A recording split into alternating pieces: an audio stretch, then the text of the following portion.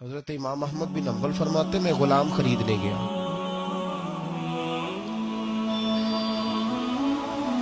اس نے میرے ساتھ شرط رکھی کہ حضور آپ مجھے خرید کے لے جانے ہیں، میری شرط یہ ہے کہ میں دن کو آپ کی ڈیوٹی کروں گا، رات کو نہیں کروں گا. فرماتے میں لے آیا، گھر لا کے میں نے پوچھا تیرا نام کیا ہے؟ کہنے لگا حضور غلاموں کا نام نہیں ہوتا. کھائے گا کیا؟ حضور غلاموں کی چاہت نہیں ہوتی، جس نام سے پکارو گے آ جاؤں گا، جو دو گے کھا لوں گا. کہا کس کمرے میں رہو گے؟ کہا حضور غلاموں کے نخرے نہیں ہوتے. کہتے میں نے کہا پھر بھی یہ کمرے ہیں پسند کر لو. ایک ٹوٹا پھوٹا سا کمرہ اس نے پسند کر لیا. امام احمد بن حنبل فرماتے میں اسے کام بتاتا پر اتنی محنت سے کرتا کہ کمال کر دیتا، میرے اشارے سمجھتا. ایک دن میں تہجد کے وقت اٹھا، اس کے کمرے میں گیا تو وہ توبہ توبہ پکار رہا تھا. سنو ولیوں کی توبہ. فرماتے اس کے کمرے سے چیخنے کی، یا اللہ معاف کر دے، یا اللہ معاف کر دے، اللہ معافی دے دے. تڑپ رہا ہے، رو رہا ہے. اور امام احمد بن حنبل فرماتے حال یہ ہے کہ اس کے کمرے سے لے کر آسمان تک نور ہی نور پھیلا ہوا ہے، نور ہی نور. اور وہ روتا ہے یا اللہ معاف کر دے، یا اللہ معاف کر دے.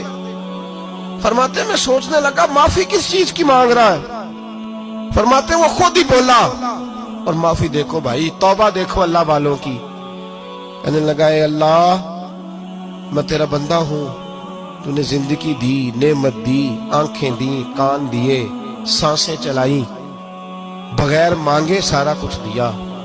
چاہیے تو یہ تھا کہ میں دن رات تیری بارگاہ میں جھکا رہتا، پر مجھے معاف کر دے.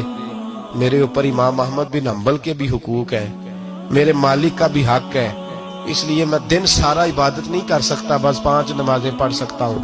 رات میں جاگتا رہتا ہوں تیرے حضور. اللہ وہ جو سارا دن میں عبادت نہیں نہ کر پاتا مجھے معاف کر دے.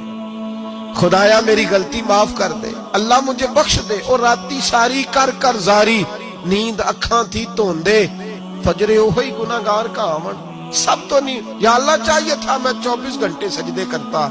بخش دے، یہ میری خطا معاف کر دے. ساون کی کالی راتوں میں جب بوندا باندی ہوتی ہے، وہ راتوں کو اٹھ اٹھ روتے جب خلقت ساری سوتی ہے. اور درویش کہنے لگے رات پوے تے بے دردانو نیند پیاری آوے، درد مندانو یاد سجن دی ستے امیان جگاوے. یا اللہ معاف کر دے، میں سارا دن سجدے نہیں کر پاتا، سارا دن لمبی نہ معافی دے دے. یہ توبہ ہے اللہ والوں کی.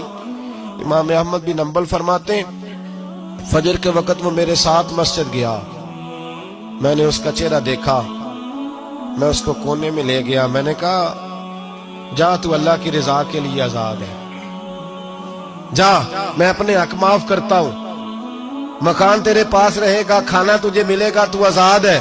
اس نے کہا حضور ہوا کیا؟ ہوا کیا؟ ہماری تو خواہش ہے نا کہ بندہ اس وقت ملنے آئے جب میں تسبیح پڑھ رہا ہوں، کوئی اس وقت گھر پہنچے جب میں سجدے میں ہوں، لوگوں کو پتا چلے بڑا نیک ہے، بڑا نمازی ہے. اس وقت کسی کی نظر پڑے جب میں بالکل قرآن پاک پہ بیٹھا ہوں. فرماتے ہیں جب میں نے کہا نا تو آزاد ہے، تو کہنے لگا حضور کیا ہوا؟ فرمانے لگے رات میں نے تیری توبہ دیکھ لی ہے، توبہ دیکھ لی. امام صاحب فرماتے وہ پھر تڑپ کے رویا، سجدے میں سر رکھا.